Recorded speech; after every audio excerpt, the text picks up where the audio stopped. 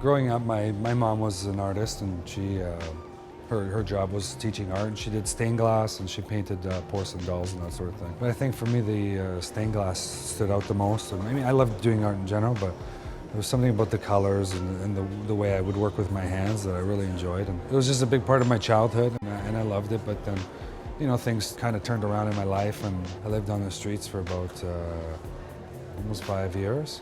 Towards the end of the 5 years, I thought, you know, I got to change my life. I have to do something different. And so I went to university and I took business. And then I got, you know, my stockbroker's license and all that sort of stuff because I thought, oh, these guys make money, and that's what people need to be happy is money.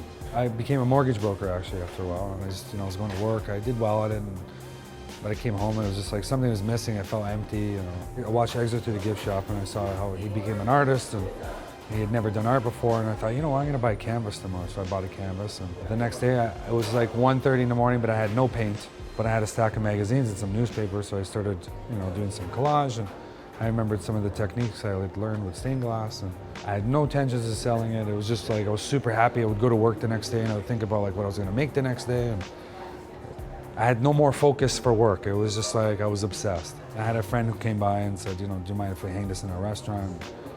And I said, yeah, sure, of course. I said, but you know, don't sell it, because I thought, I don't know what people would think about it. And he goes, just, you know, whatever, we'll put it up.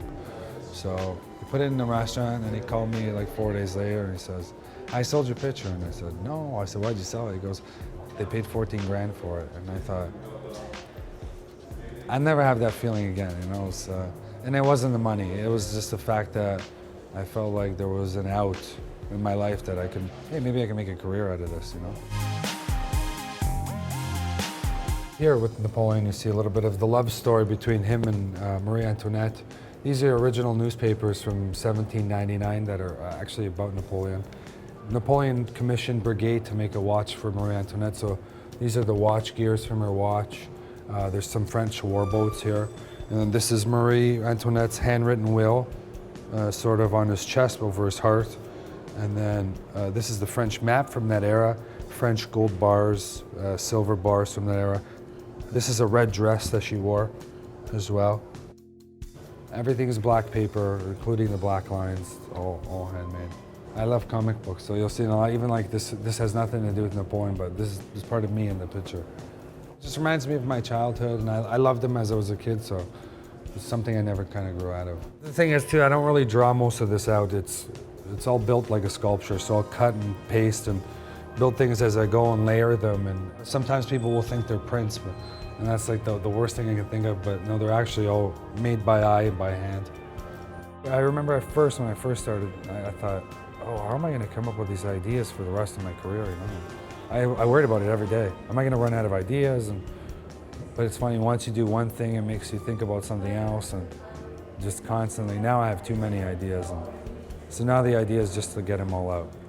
I work more now than I've ever worked before, but it's not work at all. It feels like I literally, to put this show together, I worked 7 months every single day, no days off. I've been off for 5 days now. I already miss doing it. It's funny, coming into the show, the friends are calling me and they're saying, oh, you know, you must be so excited. And I'm not at all. Because I'm just thinking about the 900 things that have to be done, and I'm just focused on the artwork and everything being perfect and that sort of stuff. So it was really last night, towards the end of the party, where I was like, wow, this is pretty cool.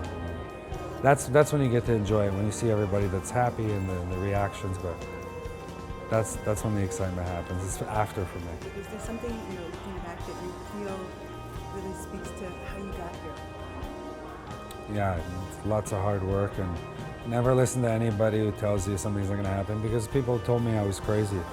You know, it's hard to be an artist or to be successful in art or in anything. If you really believe in something and you really just picture it in your head, it'll happen. Everything I've pictured has come true, which is really weird. Yeah.